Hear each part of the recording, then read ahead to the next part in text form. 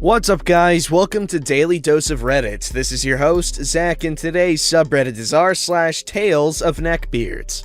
Neckbeard harasses my D&D character and thinks we've been dating for 2 years. Just a disclaimer, a lot of this story takes place in a tabletop role-playing game, so when I'm describing things that our characters are doing rather than things we are doing in real life, I'll be speaking in third person and using our characters' names to avoid confusion. I think it's important to differentiate because role-playing a rude, oblivious, problematic character is very different from actually being one, but I think it also adds a lot to the story, so I'm not gonna leave it out. This story is also hella long, but I had 2 years worth of story that I had to condense, and I did my best to only tell the most relevant stuff. Sorry. This whole story started about 2 years ago. Me and a group of friends started playing a tabletop RPG. I'd hate to call it D&D because it's really not. We use a lot of aspects from a lot of different RPGs, so it's really a homebrew game that closely resembles D&D. We wrote all of our campaigns that we played ourselves, but none of us were great at the Dungeon Master role. Enter our Neckbeard. I'll call him Carl! I didn't really know Carl that well at the time. He seemed nice enough. He was obviously lonely and didn't have many friends, to the point that he actually offered to pay people to hang out with him. We had a few of the same interests, and I was always drawn to people who seemed like they needed someone there for them. Plus, he said he was a great Dungeon Master, so after consulting the rest of the party, he became our default. Things started out fine. I got a bit of a creepy vibe from him solely because this dude was hella tall and skinny, taller than me by like 1 foot and 2 inches, and anytime he talked to me, he would stand way too close to me and lean over me so that his head was directly over mine. It really weirded me out, but whatever, everyone's got a weird quirk. The rest of the party started to get uncomfortable when they realized he was pretty heavily flirting with me in and out of character. I didn't really realize or think anything of it because I tend to hate myself a lot and don't really see why people would flirt with me. Looking back on it, now it seems pretty obvious. He would have every NPC drawn to my character automatically. He would obviously fudge rolls in battle to hurt me less or completely ignore my character entirely despite being the closest to the enemy. Out of game, he would talk about how it was nice to have a cute girl that liked the same cartoons and anime as him and would text me late at night to come over because he was lonely and wanted to watch TV with someone. Things started getting worse when my brother tried his hand at dungeon mastering. Carl was excited to actually get to play a character, and my brother was excited to share the campaign he wrote. Now, I know the first rule of tabletop is to never get too attached to one of your characters, but I have an obsessive personality, and that rule was quickly lost on me. Her name's Zell, and I've used her for so many campaigns, it's not even funny. I'm incredibly attached to her, and due to her being in so many campaigns, she has a very fleshed out story. She's a half-elf chaotic neutral rogue. Trust me, this is all gonna be important. That steals everything she can. The thing that makes her not such a pain in the ass for our party is that she really only steals to make a lost family member proud and values others' moral code and the respect and trust of her party more than material things. Basically, if you based her on her character archetype, she'd act very differently than she actually does. His character was a human chaotic good paladin named Kingsley, which if you know D&D, you know those two characters are opposites. Another important thing is that half-breeds were heavily discriminated against in this homebrew world, especially by humans. The thing is, he didn't behave like a chaotic good character. He would always steal and pickpocket for no reason. He would pick fights and do shifty stuff at all times, and he always did it where Zell could see. Since Zell likes people that stick to their own moral code, she instantly disliked Kingsley and grew to hate him more and more as it went on. Then, one campaign, when our party was resting by the campfire one night, Kingsley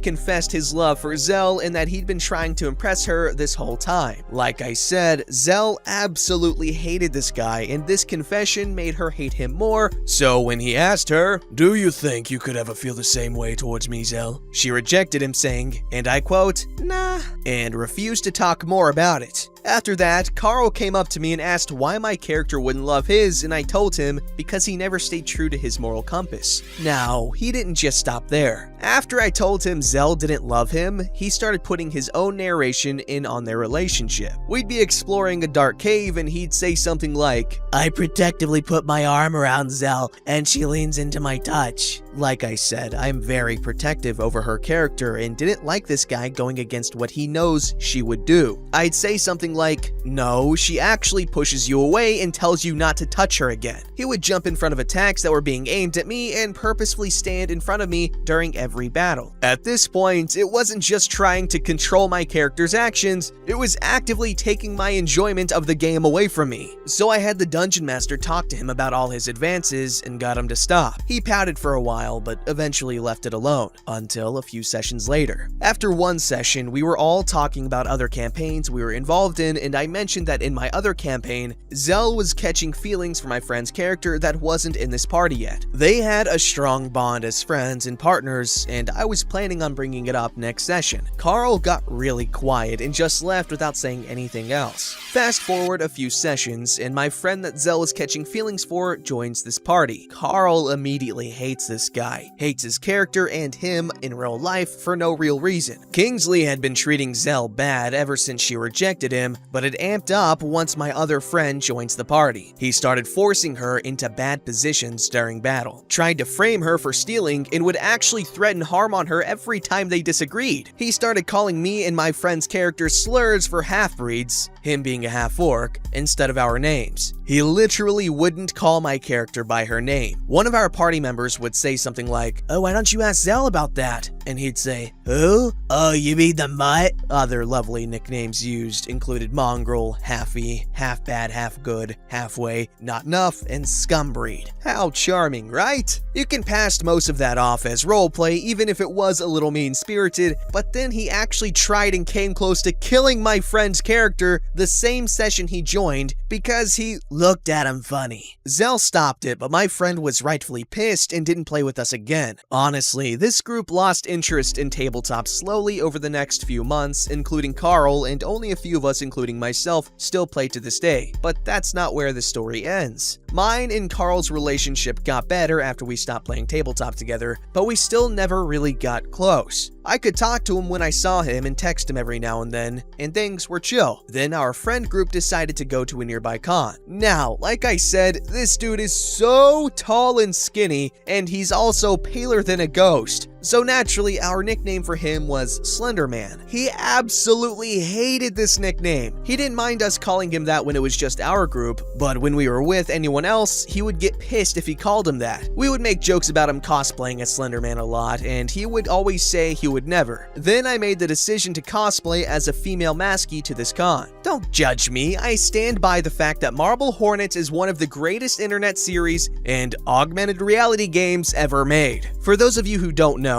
Maskie is a proxy for Slender Man. He is under his control and does any and all of his bidding. Basically, he's a slave to Slender Man. After I told Carl this, he was all for cosplaying Slender Man and even bought a white morph suit before something came up and he couldn't go to the con. He would also offer to pay me money to forgive him anytime we had a mild disagreement about something instead of just talking things out with me. It happens like 10 or 11 times and I wouldn't even actually be mad about whatever we were talking about. One time we were talking about this comic book and he really liked this one character that I really hated. So we were discussing it and he started to get heated about how I should like this character. So I just said something along the lines of, "Forget it, I don't want to talk about this with you." He spent an hour asking over and over again if I was mad at him about it. Each time I told him I wasn't, and the last time he asked, I said no, but I was gonna get mad if he kept asking. After that, he tried to hand me $10 and tell me he was sorry and to please be his friend again. I cannot stress enough that I never even raised my voice. Now, yes, all of these stories are weird, creepy, and neckbeard-y, but I wouldn't be writing all this down if it didn't have a big finish. So about 3 months ago was Carl's little brother's graduation, and me and my brother were invited. I've met Carl's mom, and she's actually really sweet, but I had never met his dad before. I went up to go and meet his dad, and we talked for a few minutes, and that was the end of it. The day after the party, I get a text from one of the other members of our tabletop party who is pretty close to Carl, and I guess talks to his dad quite a bit. He texted me saying, "Hey,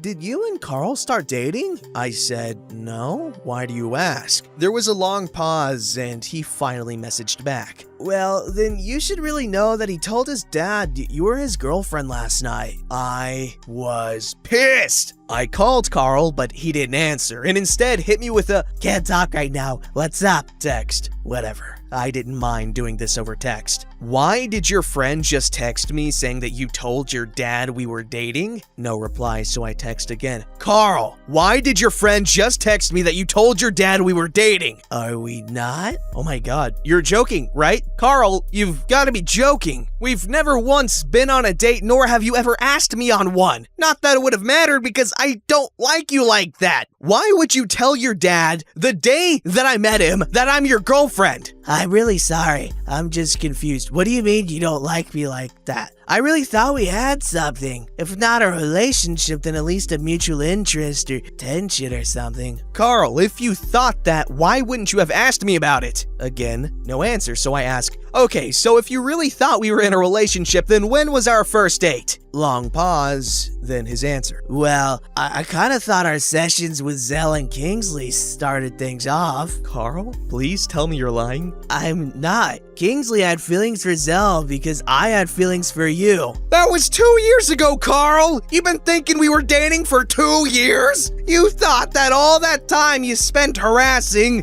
belittling, and yelling racial slurs at my character and actively trying to murder other characters that I liked in-game was the start of our 2-year-long relationship? You've been my friend for a while and I care about you, but this is ridiculous! You belittling my character back then after rejecting you in a game showed you didn't respect me. You offered to pay me money to forgive you every time we disagree instead of talking things out showed you didn't respect me. And now you doing this and telling your dad we are dating when you have never once asked me about it shows you really don't respect me. I have no idea how you ever thought this was okay. I mean, yeah, I said some ugly things in that game, but it's just because my character was angry at you for rejecting him, and I was just trying to stay in character. I thought we connected in this special way, and I just had a different idea than you. We just have a lot in common, and I think we should give us a try. I'm not dumb, Carl. I know that wasn't you just staying in character. That was you being mad at me for rejecting your character. But I don't care about that anymore. It was a stupid game that we played 2 years ago, and haven't even talked about it since. Look,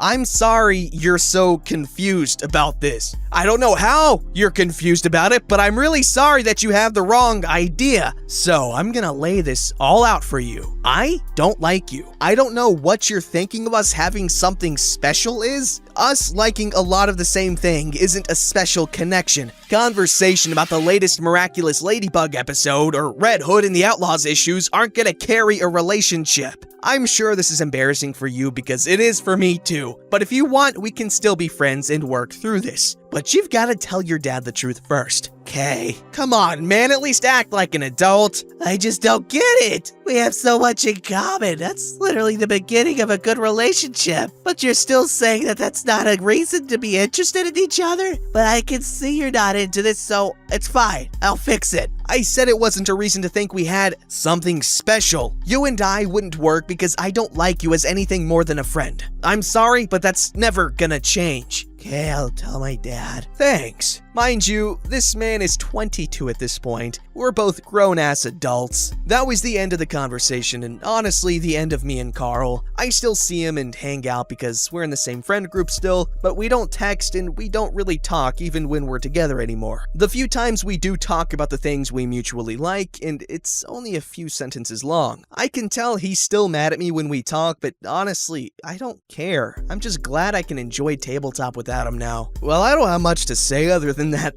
guy needs to get out more or something. I don't know how you fix that kind of social ineptitude. Is that a word? Ineptitude? Ineptness? I don't know. I don't care. Like, come on, dude. 2 years in a relationship and no kissy kiss? No huggy hug? No schwicky schwick? Come on. Oh man, he needs to... What? How? Don't forget to like, subscribe, and hit that bell to never miss an episode.